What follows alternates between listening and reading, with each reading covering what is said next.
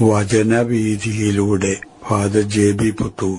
വിശുദ്ധ യോഹന്നാൻ രചിച്ച നമ്മുടെ കർത്താവിശ്വമിശിഹായുടെ പരിശുദ്ധ സുവിശേഷം.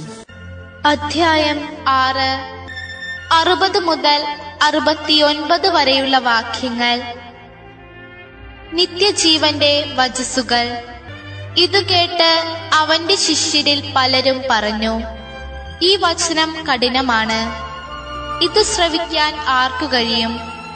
തന്റെ ശിഷ്യന്മാർ പിറുപിറുക്കുന്നു എന്ന് മനസ്സിലാക്കി യേശു അവരോട് ചോദിച്ചു, ഇത് നിങ്ങൾക്ക് ഇടർച്ച വരുത്തുന്നുവോ?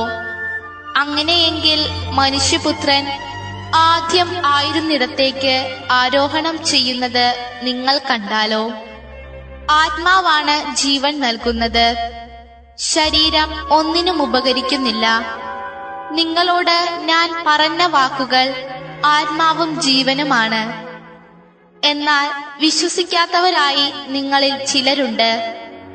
അവർ ആരെന്നും തന്നെ ഒറ്റിക്കൊടുക്കാനിരിക്കുന്നവൻ ആരെന്നും ആദ്യം മുതലേ അവൻ അറിഞ്ഞിരുന്നു. അവൻ പറഞ്ഞു, ഇതുകൊണ്ടാണ് പിതാവിൽ നിന്ന് വരം ലഭിച്ചാലല്ലാതെ എന്റെ അടുക്കലേക്ക് വരാൻ ആർക്കും സാധിക്കുകയില്ല എന്ന് ഞാൻ നിങ്ങളോട് പറഞ്ഞത്. ഇതിനുശേഷം അവന്റെ ശിഷ്യന്മാർ വളരെ പേർ അവനെ വിട്ടുപോയി. അവർ പിന്നീടൊരിക്കലും അവന്റെ കൂടെ നടന്നില്ല. യേശു 12 പേരോടുമായി ചോദിച്ചു, നിങ്ങളും പോകാൻ ആഗ്രഹിക്കുന്നുവോ? ശിമയോൻ പത്രോസ് മറുപടി പറഞ്ഞു, കർത്താവേ, ഞങ്ങൾ ആരുടെ അടുത്തേക്ക് പോകും? നിത്യജീവന്റെ വചനങ്ങൾ നിന്റെ പക്കലുണ്ട്. നീയാണ് ദൈവത്തിന്റെ പരിശുദ്ധൻ എന്ന് ഞങ്ങൾ വിശ്വസിക്കുകയും അറിയുകയും ചെയ്തിരിക്കുന്നു. യേശു അവരോട് പറഞ്ഞു, നിങ്ങൾ 12 പേരെ ഞാൻ തിരഞ്ഞെടുത്തില്ലേ? എന്നാൽ നിങ്ങളിൽ ഒരുവൻ പിശാചാണ്. അവൻ ഇത് പറഞ്ഞത് ശിമയോൻ സ്കറിയോത്തായുടെ മകനായ യൂദാസിനെ കുറിച്ചാണ്. എന്തെന്നാൽ 12 പേരിലൊരുവനായ അവനാണ് യേശുവിനെ ഒറ്റിക്കൊടുക്കാനിരുന്നത്. വിശ്വാസം പ്രതിസന്ധികളിൽ കൂടിയാണ് വളർത്തിയെടുക്കേണ്ടത്. ലഭ്യമായിരിക്കുന്ന സാഹചര്യ തെളിവുകളുടെ അടിസ്ഥാനത്തിൽ കഫർനാമിലെ സിനഗോഗിൽ വെച്ച് യേശു നടത്തിയ പ്രബോധനത്തിന്റെ ഒരു ഭാഗം ആണ് ഇന്നത്തെ സുവിശേഷത്തിന്റെ പ്രതിപാദ്യ വിഷയമായിട്ട് നാം കരുതേണ്ടത്. ഇവിടെ യേശു വിശുദ്ധ കുർബാനയെ സംബന്ധിച്ചുള്ള തന്റെ പഠനം ആണ് പശ്ചാത്തലം. അതിന്റെ തുടർച്ച എന്ന വിധത്തിലാണ് യേശു സംസാരിക്കുന്നതായിട്ട് ഇന്നത്തെ സുവിശേഷം നമ്മുടെ മുമ്പിൽ അവതരിപ്പിക്കുന്ന ആശയം. യേശുവിന്റെ വിശുദ്ധ കുർബാനയെ സംബന്ധിച്ചുള്ള പഠനം ശ്രോതാക്കളിൽ പലരിലും അതൃപ്തിയും അസന്തുഷ്ടിയും അമർഷവും എന്നല്ല ശക്തമായ പ്രതിഷേധവും പോലും ഉളവാക്കാൻ ഇടവരുത്തി എന്നുള്ളതാണ് വസ്തുത.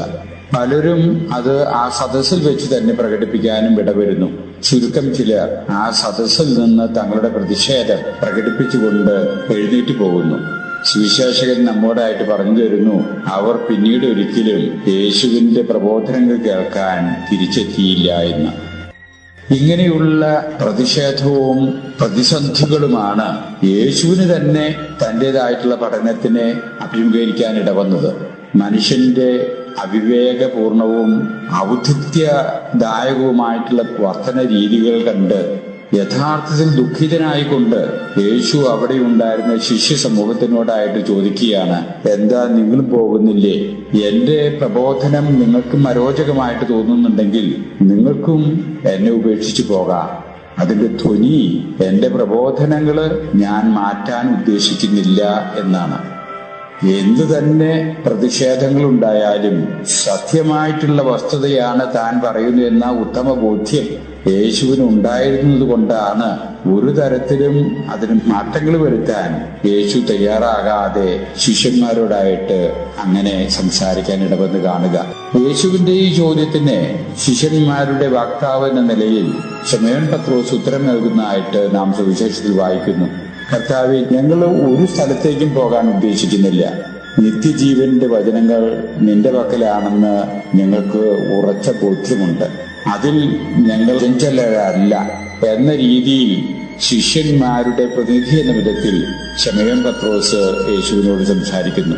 യഥാർത്ഥത്തിൽ ഈ ശിഷ്യന്മാരുടെ പിൻതലമുറക്കാർ എന്ന രീതിയിൽ നമുക്കും നമ്മുടേതായിട്ടുള്ള ജീവിത സാഹചര്യങ്ങളിൽ എതിർപ്പുകൾക്കും സംഘർഷപൂർണമായിട്ടുള്ള സാഹചര്യങ്ങൾക്കും അതീതമായിട്ട് യേശുവിലുള്ള വിശ്വാസവും പരിശുദ്ധ കുർബാനയിലുള്ള നമ്മുടെ ഉറച്ച ബോധ്യങ്ങളും ഏറ്റുപറയുന്നതിനും അത് ജീവിക്കുന്നതിനും ഇടവരാൻ സാധിച്ചാൽ നമ്മുടെ ജീവിതം ധന്യമായി എന്ന് വേണം കരുതാൻ. പ്രതിസന്ധികളിൽ കൂടിയാണ് നമ്മുടേതായിട്ടുള്ള വിശ്വാസം നാം വളർത്തിയെടുക്കാൻ ഇടവരേണ്ടത് എന്ന് നമ്മളെ ഓർമ്മിപ്പിക്കുന്ന ഒരു സുവിശേഷ ഭാഗം കൂടിയാണ് ഇന്നത്തേത് എന്ന് വിചാരിക്കുന്നതിൽ തെറ്റില്ല.